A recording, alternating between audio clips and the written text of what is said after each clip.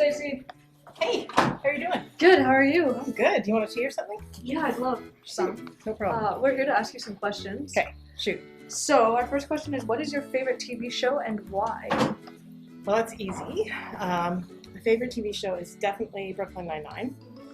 I've watched it so many times. My son and I even won a bunch of Brooklyn Nine-Nine trivia nights.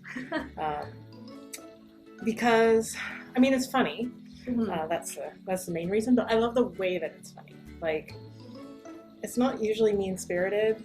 And I love that the characters like love each other. Mm-hmm. Like, they're not just friends at work, but like they very regularly talk about how much they love and care about each other, and they demonstrate that. And I love that. I think it's so sweet and charming because of that. It's a very wholesome show, isn't it?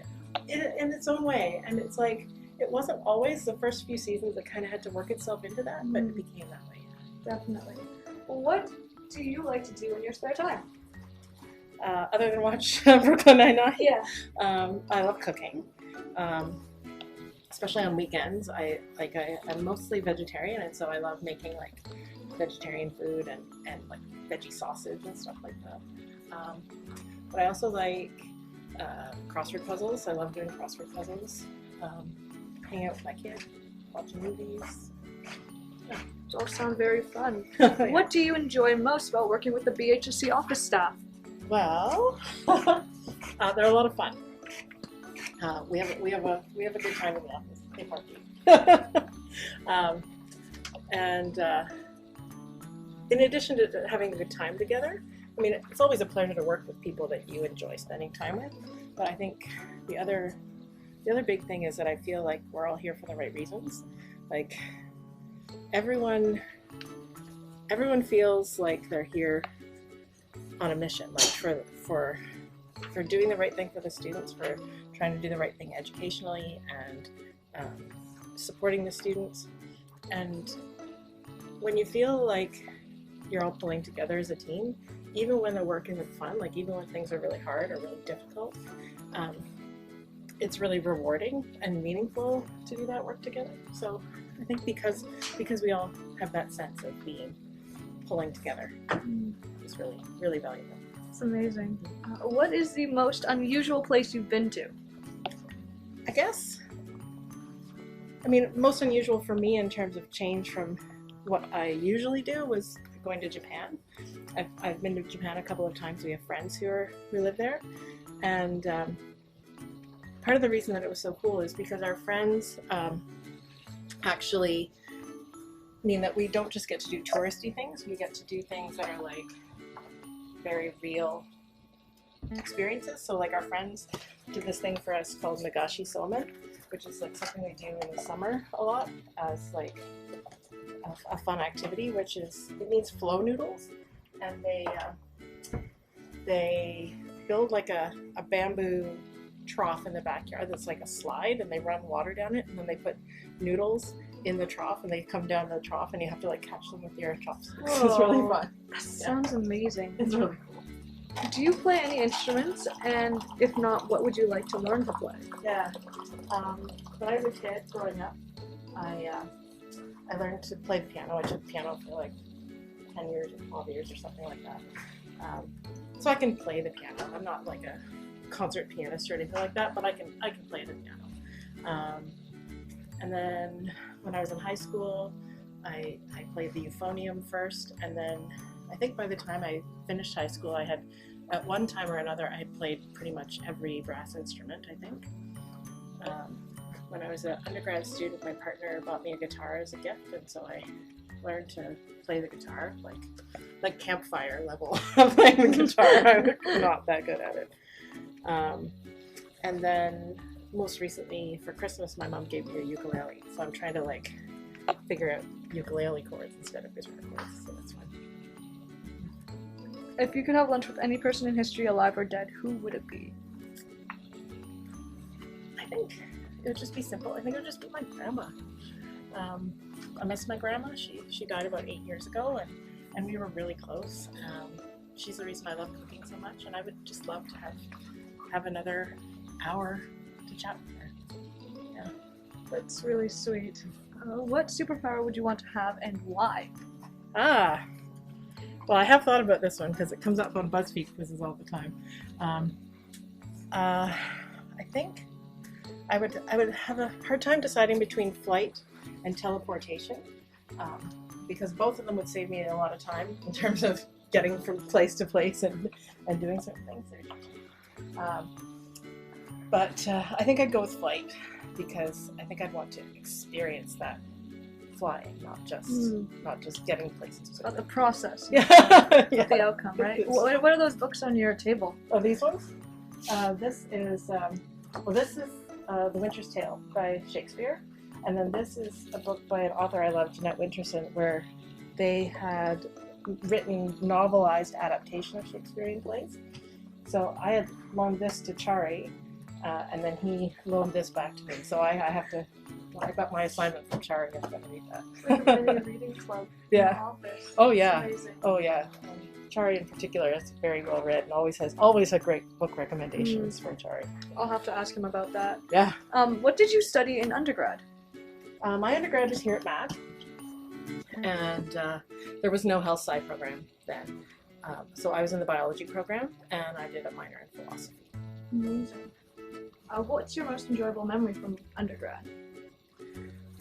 When I was in my third year, I took an embryology course, and the prof was kind of like this stereotype of the absent-minded professor. He was a lovely guy. He was really sweet and kind, but he was very disorganized. And so the course itself was really kind of scattered and frustrating in some ways. But the thing that was most memorable was we had this one lab where they got frog eggs and frog sperm, and we each had a dissecting microscope, and they put an egg and sperm in the dish, and we got to watch as the sperm fertilized the egg. And I remember you couldn't see the sperm, they were too small, but you could see when the egg was fertilized because there was a spot that appeared, and then there was like this rippling as you saw the cortical reaction go around the egg.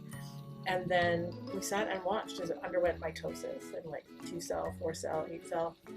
And it was mesmerizing because it was like this thing we had studied over and over again, like since high school, when you start learning about that kind of thing. But you only ever got a chance to see it on paper or in a lecture. And to actually see it happening in real time in front of you was really profound. Like, that sounds incredible. It was. I mean, that was 20 plus years ago, and I still can remember it like it was yesterday.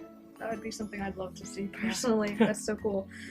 So what advice would you have that you would give your undergrad self that you would now pass on to incoming BHSc students? Let's see. Well, I think I would say,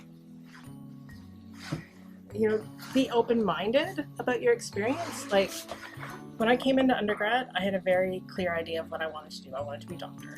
And I didn't really question that until I got to my fourth year. And I ended up doing a thesis project in a research lab. And I didn't think I would like it because I hadn't liked labs before that. But I found that being in a research lab was totally different. And it gave me an experience I was really enjoying. And I decided to just continue doing that as long as I felt rewarded by it, thinking med school's not going anywhere. If I change my mind, I can still apply and go. But I never changed my mind. I just found the research track really rewarding, and then started to think more about being a professor. And yeah, I never looked back from there. So I would say being open-minded to what experiences have to offer is really important. I would say don't worry too much about what other people are doing.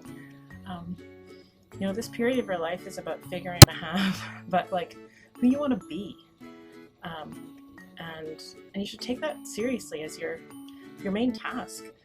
And figuring out who you want to be by following what everyone else is doing is a recipe for disappointment and frustration. So don't worry too much about what other people are doing. Think about who you want to be and do that. And then I would say sleep. Don't pull too many all-nighters. Certainly don't make it a habit of it. Get your sleep. It's important. It's important for your health. It's important for your mental health. It's important for your GPA. Go to bed. I'll have to take that advice in the future, please do. I guess. Why did you choose BHSc? Well, I mean, BHSc kind of chose me too, but for me, like when I was a PhD student here at Mac was just when BHSc was starting, and Del Harnish, who was the initial assistant dean, was somebody I had got to know quite well during my undergrad, and he was my prof, he was my thesis co-supervisor, and he was in the department where I was doing my PhD, and as he was starting Health Sci, he would talk about the program and what they were doing and why it was interesting and different.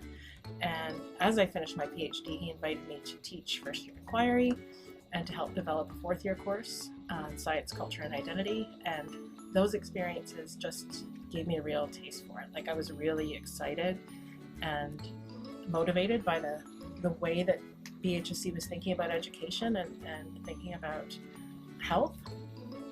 And so when I left and I went to do my postdoc and then I got my faculty job at the Northern Ontario School of Medicine, I love those things and I was glad to be doing them, but always in the back of my mind was kind of like this little hope, like the dream would be to get to come back to McMaster and BHSc.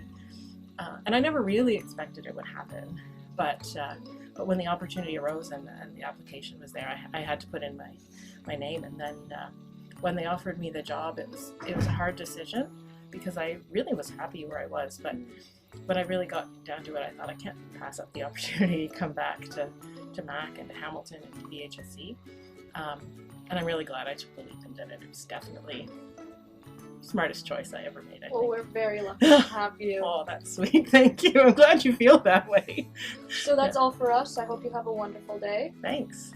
You may You be too. back to ask you some more questions. Anytime. Who knows? It was nice to chat. It was nice to see you. See you later.